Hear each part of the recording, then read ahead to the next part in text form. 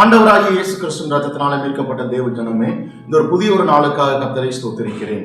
இந்த நாளிலும் கர்த்தர் நமக்கு சொல்லுகிறதான வார்த்தை சங்கீதம் 118வது அதிகாரம் 6வது வசனம் இப்படியாய் சொல்லுகிறது: கர்த்தர் என் பட்சத்தில் இருக்கிறார், நான் பயப்படேன், மனுஷன் எனக்கு என்ன செய்வான் என்பதாக சொல்லப்பட்டிருக்குதுங்க. இதுக்கு மேல் வசனம் பார்த்தீங்கன்னா, நெருக்கத்திலிருந்து கர்த்தரை நோக்கி கூப்பிட்டேன், கர்த்தர் என்னை கேட்டருளி விசாலத்திலே வைத்தார் அப்படின்னு சொல்லிட்டு அடுத்த வசனத்தை சொல்றாரு, கர்த்தர் என் பட்சத்தில் இருக்கிறார், நான் பயப்படேன் அப்படின்னு என்பதாக சொல்லப்பட்டிருக்குதுங்க.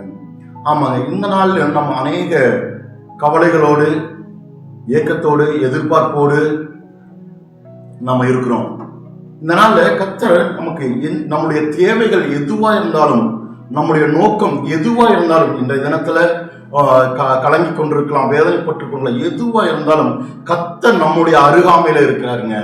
அவர் நம்மோடு இருக்கிற பொழுது எதை குறித்து நம்ம கலங்க தேவையில்லை, எதை குறித்து நம்ம பயப்பட தேவையில்லை, எதை குறிச்சும் நம்ம சந்தேகப்பட தேவையில்லை. இது எப்படியா நடக்குமோ, இது எப்படியா இருக்குமோன்னு சொல்லி எதை குறித்து நம்ம பயப்பட தேவையில்லை. ஏன்னா கர்த்தர் நம்முடைய அருகாமையில் இருக்கிறார். நம்முடைய தேவைகள் எதுவா இருந்தாலும், இன்னைக்கு பண தேவைகளா இருந்தாலும் சரி, என்ன தேவைகளா இருந்தாலும் சரி, கர்த்தர் நம்முடைய அருகாமையில் இருக்கிறாருங்க. நம்ம ஒவ்வொருவரோடு கூட இருக்கிறார். நமக்கு இன்னைக்கு என்ன தேவையா இருந்தாலும் அது எல்லாத்தையும் சந்திக்கக்கூடிய, சரி செய்யக்கூடிய தேவனாகிய கர்த்தர் நம்மோடு கூட இருக்கிறார். நான் பயப்படேன் சொல்றேன், நான் பயப்பட மாட்டேன். இன்னைக்கு இந்த இடத்துல சொல்லப்பட்டிருக்கு, நான் பயப்பட மாட்டேன், ஏன்னா கர்த்தர் என் அருகாமையில் இருக்கிறார், கர்த்தர் என் பட்சத்தில் இருக்கிறார்னு சொல்லியிருக்கிறாங்க. அதனால நம்ம எதை குறிச்சும் நம்ம இந்த நாளில் பயப்பட தேவையில்லை, கலங்க தேவையில்லை. இந்த நாளை குறித்து பயத்தோடு நடுக்கத்தோடு இருக்கிறீங்களா? இந்த நாளில் எப்படியா இருக்குமோ அப்படின்னு சொல்லி நினைக்கிறீங்களா? எதை குறித்து நீங்க கவலைப்பட வேண்டாம். ஏன்னா கர்த்தர் நம்மோடு கூட இருக்கிறார். சகலத்தையும் படைத்த ஆளுகிற தேவன் நம்மோடு கூட இருக்கிறார். அதனால நம்ம இந்த நாளில் மனுஷனுடைய சூழ்ச்சிகளோ, மனுஷனுடைய தந்திரங்களோ, இல்ல வேற அந்நிய கிரிகளினால ஏதோ ஒரு தொந்தரவு வந்துடும் நினைக்கிறீங்களா? ஒன்றும் நடக்காது. நீங்க பயப்பட தேவையில்லை. ஏன்னா கர்த்தர் நம் பட்சத்தில் இருக்கிறார், நம்முடைய அருகாமையில இருக்கிறார். நம்ம எதை குறித்து பயப்பட தேவையில்லை. நம்ம அப்படியே இந்த வார்த்தைக்காக ஜெபிக்கலாம். சர்வ வல்லமையுள்ள நல்ல தகப்பனே, உமக்கு ஸ்தோத்திரம் பண்ணுகிறோம். மகிமையானவரே, உமக்கு ஸ்தோத்திரம் பண்ணுகிறோம்.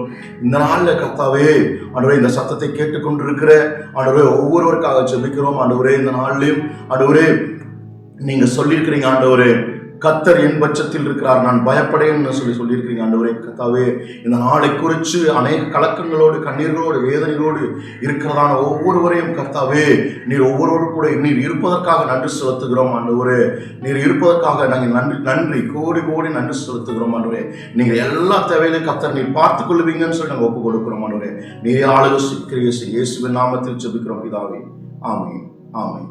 Okay, God bless you, God bless you. கர்த்தர் நம்மோடு கூட இருக்கிறாருங்க. நீங்க எதை குறித்து கவலைப்படாதீங்க, எதை குறித்து நீங்க பயப்படாதீங்க. கர்த்தர் நம்ம சகலத்தையும் செய்ய வல்லவராக இருக்கிறார். ஆமென், ஆமென்.